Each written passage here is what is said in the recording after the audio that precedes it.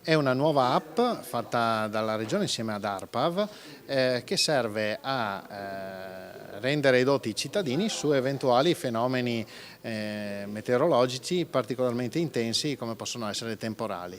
Di siti e applicazioni che annunciano maltempo che poi non si verifica, la Regione ne aveva abbastanza, così per dare un taglio alle fake news sul meteo il Veneto ha messo a punto tramite la sua agenzia ARPAV un'app per smartphone che allerta l'utente sull'arrivo di precipitazioni intense o molto intense.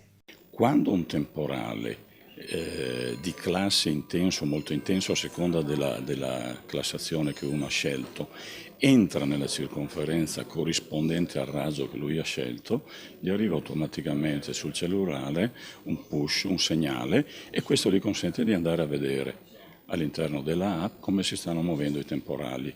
La presentazione ufficiale di app temporali stamani a Palazzo Balbi, uno strumento divulgativo e di autotutela della cittadinanza in caso di situazioni che possono causare danni o più semplicemente per programmare una gita fuori porta, in montagna come al mare. Cosa può fare l'utente? Può scegliere se essere avvisato per temporali intensi o molto intensi, due classi di intensità.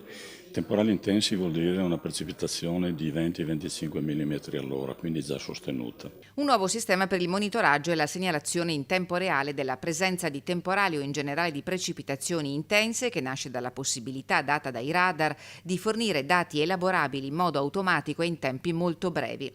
Nel panorama italiano allo stato attuale è disponibile solo un sistema simile sviluppato da ARPA Piemonte, mentre App Temporali porta a 8 le applicazioni sviluppate da ARPAV.